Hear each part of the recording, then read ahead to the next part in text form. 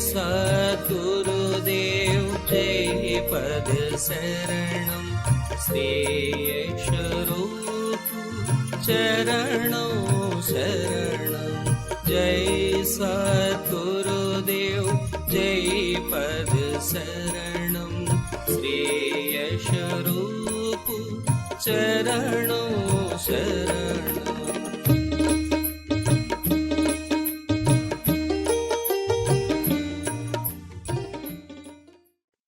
अपने सदगुरुदेव परम संत महात्मा श्री यशपाल जी महाराज का एक सुंदर किस्सा याद आ गया जो मैं आपके सामने रखूंगा। एक बार वो जबलपुर से मुरादाबाद जा रहे थे।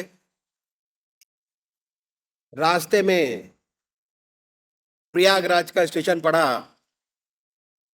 उन दिनों कुंभ का मेला समाप्त हुआ था। जब गाड़ी प्रयागराज स्टेशन पर पहुंची तो देखा स्टेशन पर काफी भीड़ थी। एक महात्मा जिन्हें अवधूत कहते थे ये भीड़ छोड़ने आई हुई थी। गाड़ी आई, जय जयकार हुआ, गले में हार डाले गए। इत्तेफाक से परमात्मा की कृपा से ये जो महात्मा थे उसी डिब्बे में चढ़े जिसमें से सदगुरुदेव जी बैठे हुए थे और सामने की बर्थ खाली थी, उसी पर आके विराजे। जब गाड़ी चली और कुछ आगे निकल गई तो आपके साथ बातचीत शुरू हुई। इस बातचीत के दौरान गुरुदेव जी ने आपसे एक प्रश्न किया और ये था कि आपको सन्यास लिए कितना समय हो गया।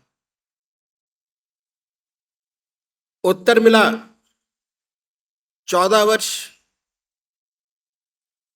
बातचीत में दूसरा प्रश्न किया कि महाराज आप बाल ब्रह्मचारी हैं, यह जब सन्यास लिया तो गृहस्थी थे। उन्होंने उत्तर दिया मैं गृहस्थी था, मेरे स्त्री और 2 बच्चे थे। बातचीत होती रही। इसके बाद गुरुदेव जी ने आपसे प्रार्थना की कि वो एक प्रश्न और करना चाहते हैं, लेकिन वह प्रश्न कुछ अजीबोगरीब है। यदि आप पहले से क्षमा करें, असांत्वना दें कि इस प्रश्न से आप नाराज नहीं होंगे तभी वो प्रश्न किया जाए, अन्यथा नहीं। आगे मैं किसी के हृदय को दुखाना नहीं चाहूंगा। महाराज जी चुप हो गए, ध्यान में चले गए। फिर कुछ देर बाद बोले कि आप कुछ पूछना चाहते थे, पूछा नहीं। फिर गुरुदेव जी ने अपनी बात दोहराई कि यदि आप इस प्रश्न से नाराज न हो तभी प्रश्न किया जाए। वो बोले कि पूछो, नाराज नहीं होऊंगा। उसके बाद गुरुदेव जी ने तीसरा प्रश्न आपसे किया और वो ये था कि क्या अभी भी आपको अपने बीवी बच्चों की याद आ जाती है। और वह प्रश्न सुनकर वो खामोश हो गए। ऐसा प्रतीत हुआ कि जैसे ध्यान में चले गए। 10 मिनट बाद आपने आंखें खोली और कहने लगी बच्चा सत्य यही है कि आज भी मुझे अपने बीवी बच्चों की याद आ जाती है। और खास तौर से जब मैं अपने गांव के पास से निकल जाता हूं जहां का मैं रहने वाला हूं तो ये याद बिल्कुल ताजा हो जाती है कि ये मेरी स्त्री, ये मेरे बच्चे, ये मेरा खेत, ये मेरा मकान। और अब बच्चे बड़े हो गए,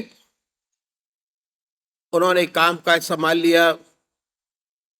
गुरुदेव जी ने आपके चरण छुए। वाकई में वो बहुत ऊंचे महात्मा थे, अवधूत थे, इसमें कोई शक नहीं। क्योंकि सन्यास लेते ही आश्रम बदल जाता है। सन्यास के अपने यम नियम है।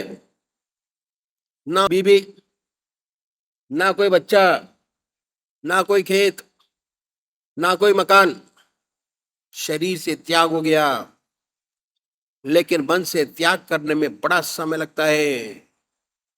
दूसरी बात और भी है कि त्याग का बड़ा अहंकार होता है।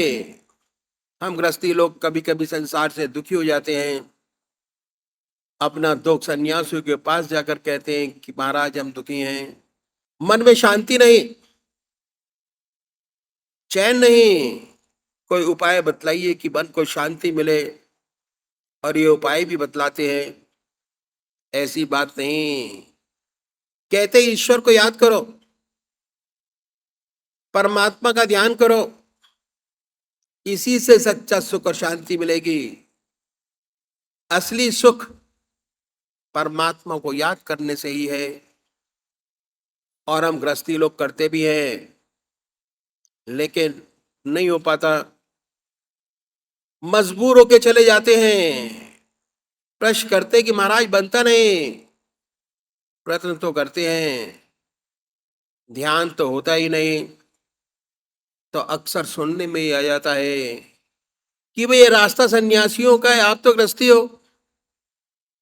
सन्यासियों में शुरू शुरू से ये भावना हृदय में पैदा हो जाती है कि हम सर्व साधारण मनुष्यों से कुछ अलग हैं। सूक्ष्म अहंकार अंदर ही अंदर पैदा हो जाता है। अहंकार जहां है वह परमात्मा नहीं। दूसरी बात यह कि ज्यादातर व्यक्ति किसी न किसी परेशानी में पड़कर, दुखी होकर, वैराग्य पैदा हो जाता है, सन्यास ले बैठते हैं। सन्यास लेने के बाद जीवन बदल जाता है।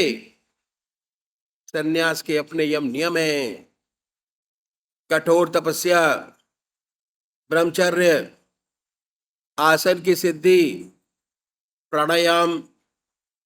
बहुत लोगों से तो ये बनता नहीं, जिनसे बनता है वह कठोरता से अपने मन को साधते हैं। और इस अभ्यास में दबाव रहता है, और दबाव के कारण बहुत सी रिद्धियां सिद्धियां प्राप्त हो जाती हैं। ऐसे महात्मा संसार में आते हैं संसार की सेवा करने के लिए, लेकिन उनके जो काम है, क्रोध है, लोभ है, मोह है, अहंकार है, ये जो दुश्मन इस रास्ते के समूल नष्ट नहीं हुए रहते हैं, सुप्त हो गए होते हैं, दब गए होते हैं।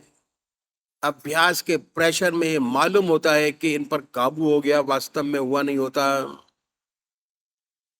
जब ये संसार में आते हैं और सांसारिक वस्तुओं से संपर्क होता है, तो सुनाई पड़ता है भाई विख्यात सन्यासी महात्मा थे। ऐसी बहुत सी अनहोनी बातें सामने आती हैं। तो वजह यही है कि जिन पर परमात्मा की सच्ची प्राप्ति नहीं हो जाती, तब तक काम, क्रोध, लोभ, मोह और अहंकार से छुटकारा नहीं मिलता। जिन्हें परमात्मा की प्राप्ति हो जाती है, उनका इन पर नियंत्रण हो जाता है, ये उनके मित्र बन जाते हैं। तो ऐसा कोई उच्च कोटि का विरला होता है, और जो ऐसा होता है वह संसार का बड़ा कल्याण करता है, संसार से उसको बड़ा लाभ होता है। तो अभ्यास में दबाव शुरू से ही शामिल रहता है।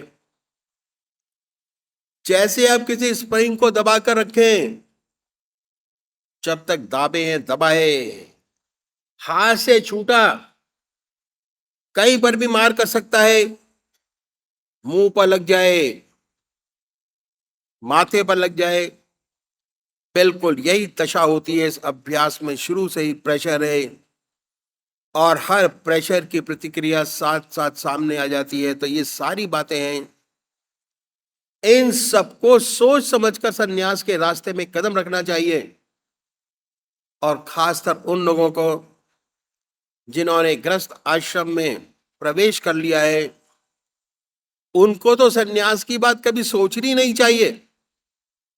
करोड़ पीछे एक दो नजर आते हैं, जैसे महात्मा बुद्ध जो गृहस्थी थे, संसार छोड़कर चले गए, ईश्वर को प्राप्त किया, लेकिन हजार पीछे 999 सफल होते हैं।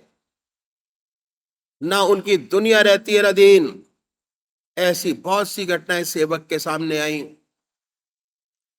सब में असफलता, ना इधर का रहा ना उधर का। सर्विस छोड़ी, बच्चे छोड़े, कुछ ना कर पाया, बर्बाद हो गया। तो जिन्होंने गृहस्थ आश्रम में प्रवेश कर लिया है, ये रास्ता उनके लिए नहीं है। जो बाल ब्रह्मचारी है और जिनका जन्म से ही संस्कार बहुत ऊंचा है, उनकी बात तो अलग है। उनके लिए तो सन्यास से बढ़कर कोई दूसरा रास्ता नहीं। ऐसा व्यक्ति इस रास्ते में बहुत चमकेगा, करोड़ों का भला करेगा। अब ऐसी हमारी धारणा हो गई है कि हमारे पास कोई रास्ता नहीं। ऐसी हमारी धारणा है कि हमारे पास कोई रास्ता नहीं। बहुतों की ये धारणा है, और बहुतों की ये धारणा है कि 55 से 58 साल तक तो अपना काम करें, 58 साल के बाद जब रिटायर हो जाएंगे तब भगवान का नाम लेंगे। ये बहुत बड़ी भूल है। 58 साल के बाद रिटायर हो जाने पर कुछ नहीं होता, फिर भगवान का नाम नहीं लिया जा सकता। नामुमकिन आदतें इतनी मजबूत हो जाती हैं कि आप उन्हें बदल नहीं सकेंगे। शरीर भी जवाब देने लग जाता है। आप बैठ नहीं सकेंगे, ध्यान करने की बात तो अलग रही। तो ये भावना जो हमारे अंदर आ गई है, गलत है।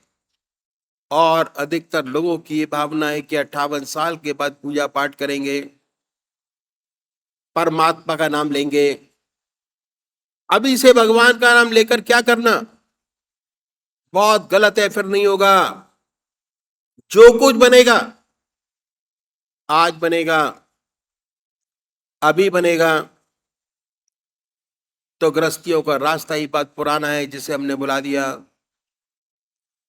बड़ा ऊंचा रास्ता। आपने राजा जनक का नाम सुना होगा। राजा जनक को विदेह कहते थे। कितना बड़ा महात्मा, कितना बड़ा ब्रह्मज्ञानी हुआ अपने जमाने का, कि उसके जमाने के महर्षि अपने शिष्यों को भेजते थे परीक्षा के लिए कि राजा जनक कह दे कि ब्रह्मज्ञानी है तो है, नहीं तो नहीं। वह राजा था। राज का कितना भार उनके ऊपर था, कितनी जिम्मेदारियां थी। उन जिम्मेदारियों को भली भांति निभाते हुए, और इतना ऊंचा ब्रह्मज्ञानी। हमारे आपके पास तो जिम्मेदारियां बहुत कम हैं। जब एक राजा ब्रह्मज्ञानी हो सकता है तो हम आप क्यों नहीं हो सकते? जरूर हो सकते हैं। तो ये रास्ता भी बहुत पुराना है जो मैं आपके सामने रखूंगा। इसे कहते हैं इति मार्ग। ये है रास्ता। इसमें हम अपने जीवन में एक चीज बढ़ाते हैं, घटाते नहीं, नेति नहीं करते। एक चीज अपनी जिंदगी में बढ़ाते हैं, वो क्या है? वो है परमात्मा का नाम, भगवान का नाम। और परमात्मा का नाम ऐसी बड़ी ज्योति, अगर सच्चे तरीके से हृदय में, मन में आ जाए तो अंधेरे को अपने आप दूर करती चली जाती है। जहां प्रकाश है वहां अंधेरा नहीं। प्रकाश आया कि अंधेरा गया, लाइट आई, अंधेरा गया। वाल्मीकि महर्षि उल्टा नाम जपते जपते महर्षि हो गए। इतने बड़े महर्षि हुए कि उन्होंने रामायण पहले लिख दी, घटना बाद में घटी, लिख दिया ऐसा ऐसा होगा, और वैसा ही वैसा हुआ। इतना बड़ा महर्षि, और जब उनके जीवन में परिवर्तन आया, उल्टा नाम जपते जपते, परमात्मा का उल्टा नाम रटते रटते इतना ऊंचा महर्षि हुआ कि रामायण पहले लिख दी, घटना बाद में घटी। तो ये ऐसा प्रकाश है, ऐसा उजाला है, अंधेरे को अपने आप दूर करता चला जाता है, छोड़ना कुछ नहीं है। जो आज आपकी जिंदगी है उसमें एक चीज बढ़ाइए, इस रास्ते पे हमारे चलने वाले जो सद्गुरु हुए, ग्रस्त के अंदर एक के पीछे एक, उन्होंने परमात्मा को पाने के लिए, जीवन मुक्त अवस्था प्राप्त करने के लिए अपनी जिंदगी में बहुत कष्ट उठाए, और उनकी जिंदगी बड़ी कठोर थी। इस रास्ते को शब्दों में बांधना बहुत कठिनाइयों का काम था, और बड़ी कठिनाइयों में रहते इस विद्या को उन्होंने केवल प्राप्त किया, बल्कि हमारे लिए कुछ गुर छोड़ गए, अपनी जिंदगी में जीवन मुक्त अवस्था प्राप्त की। जीवन मुक्त अवस्था प्राप्त करना हमारा जिंदगी का लक्ष्य है। चाहे आप सन्यासी हो, चाहे हम गृहस्थी हो, चाहे किसी भी तरीके से क्यों ना जीवन मुक्त अवस्था प्राप्त करें, ज्ञान मार्ग से, कर्म से, ध्यान से, संन्यास से, गृहस्थ से जीवन मुक्त अवस्था प्राप्त किए प्राणी में दो बात विशेष पैदा हो जाती है। पहला, निरंतर परमात्मा की याद, चलते फिरते भगवान का ध्यान निरंतर बना रहता है, खाते पीते, सोते जागते, संसार का व्यवहार करते हुए ईश्वर की याद बनी रहती है। और दूसरी बात यह है कि जितने कर्म हमारे हैं वह निष्काम कर्म हो जाते हैं, अहम निकल जाता है। ये दो बातें हैं, उसे स्थित प्रज्ञ कहिए या जीवन मुक्त कहिए में पैदा हो जाती हैं। अब देखना ये है कि ये दो बातें इसी जीवन में, दुनिया में रहते हुए, संसार के सब काम करते हुए कैसे 24 घंटे का ध्यान बने, कैसे उस परमपिता परमात्मा की याद बनी रहे, कैसे हमें निष्काम कर्म करने की आदत बन जाए। इन सद्गुरुओं ने, जिन्होंने अपने जीवन काल में जीवन मुक्त अवस्था प्राप्त की, हमारे लिए गुर छोड़ गए, जिससे हमारा रास्ता भी आसानी से तय हो जाए। हर प्राणी, हर व्यक्ति अपनी संतान के लिए गुर छोड़ जाता है। एक व्यापारी है, अपनी संतान के लिए गुर छोड़ जाता है, उसकी संतान को अधिक कष्ट नहीं उठाना पड़ता। एक डॉक्टर है, उसका लड़का डॉक्टर है तो उसके लिए गुर छोड़ जाता है, उसको अपना क्लिनिक चलाने में दिक्कत नहीं आती। इंजीनियर है, अपने बच्चों के लिए गुर छोड़ जाता है। इसी तरह हमारे इस रास्ते के सिलसिले के जो संत महात्मा हुए, कुछ गुर छोड़ गए।